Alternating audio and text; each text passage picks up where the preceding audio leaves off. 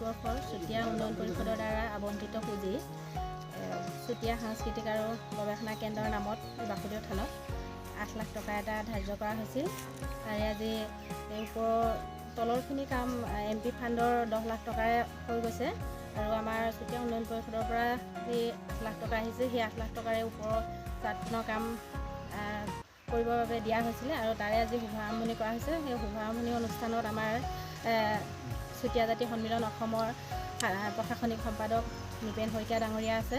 তেখেতৰ জৰিয়তে আজি শুভাৰম্ভণি কৰা হৈছে আৰু হোৱাৰ পিছত চাৰ্টখন সম্পূৰ্ণ হোৱাৰ পিছত মানে কাম কৰা হ'ব আৰু এই ইটা গাঁথনি কাম কৰা হ'ব আৰু ভৱিষ্যতে চুতীয়া উন্নয়ন পৰিষদৰ পৰা আৰু পুঁজি আবণ্টন কৰি আনি ওপৰমহলৰ কাম কৰিম বুলি আমি সকলোৱে চুতীয়া জনগোষ্ঠীৰ ৰাইজে এইটো মানে লোৱা হৈছে, সিদ্ধান্ত লৈ থোৱা হৈছে।